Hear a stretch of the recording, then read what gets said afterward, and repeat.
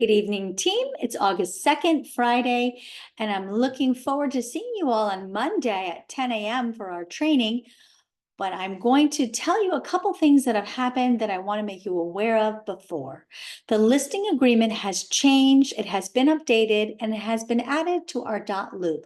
So I want to make you aware of it in case you are going to be writing some new listing agreements this weekend. So without further ado, let's just jump on in and make sure you're aware of what is going on. So here we are. This is the new listing agreement. Again, we'll go through it in detail on Monday, but in the interim, this is the big changes. Page 3 for compensation. Section 8 used to have to do with both sides, the listing side and the co-broke side, but let's look at it now.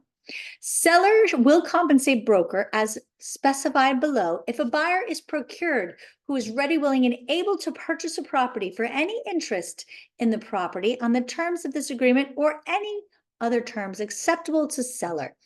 Seller will pay broker as follows: a percentage of the total purchase price plus $3.95. This, guys, is in reference to our listing side. Okay, not the total anymore, not the listing side and the co-broke side. Now, another change is this retained deposits. As consideration for the broker services, broker is entitled to receive a percentage of all deposits that the seller retains as liquidated damages for the buyer's default in a transaction. It used to say if left blank, 50%. It no longer says if left blank. So it's up to you if you'd like to write a percentage here. You guys know we don't really keep a percentage, but that's up to you. Now, Section 9 is new. It is a disclosure, simply explaining notice to sellers regarding buyer brokers. The buyer's broker, even if compensated by seller or broker, will provide services for the buyer. The seller is advised and is aware that the seller may, but is not required, to compensate a buyer's broker upon closing. The seller may choose to enter into a separate written agreement to pay buyer's broker, or may approve the broker, i.e. Premier Sotheby's in this case, to pay the buyer's broker in accordance with paragraph 10, which we'll look at in a moment. The seller also understands the buyer's broker, in this case Premier Sotheby's, may include this broker if the broker works with the buyer in this transaction. So we, for example, can double side, right? So we may be representing the seller as well as the buyer. If this occurs, B, during the transaction and the duration of this listing, the broker is entitled to the compensation in paragraph 8 up here for representing the seller, right? Of course, because we did our listing. That's what we did. We promised that we'd represent them, and we did, for the services performed for the seller, as well as the buyer's broker compensation in paragraph 10, which we haven't discussed yet, for services performed for the buyer. The seller should therefore take into consideration when negotiating their compensation.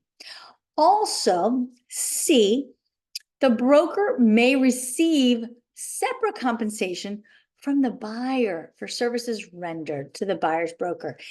That means we're going to do a buyer broker agreement also, as we need to, with the buyer, right? Because when we show a property, put in an offer, what do we need to have? A buyer broker representation agreement, don't we?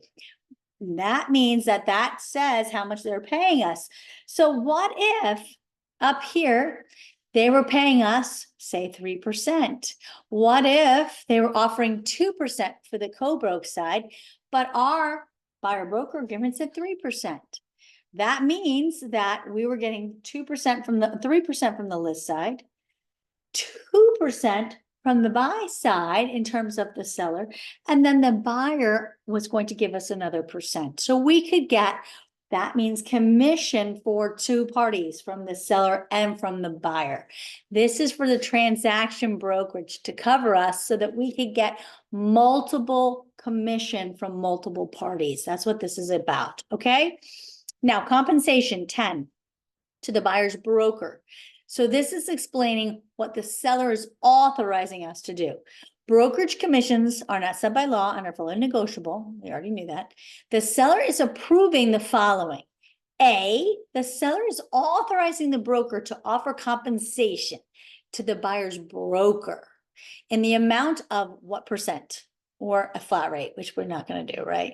So this means that we would be using, in this case, in our listing agreement, and we'd have it in our dot loop, seller's broker to buyer's broker agreement, right? Because the seller is authorizing us to pay on the HUD, we would be giving them the commission. So if it was, they were giving us 4%, they were giving them 3%, that's nice. We would write the 3% here and our 4% here, right? For example. Okay. Now, this second one would be the seller is authorizing the broker, Premier Sotheby's, to offer compensation to the buyer's broker from the seller direct in the amount of either a percentage or a flat rate. I don't know why we do that. This would be the form, which is also in our listing folder, seller to buyer's broker. Okay, that's what this is in regards to. And the third option, which is not a great option, but not prohibited, of course, is always an option. No compensation is offered.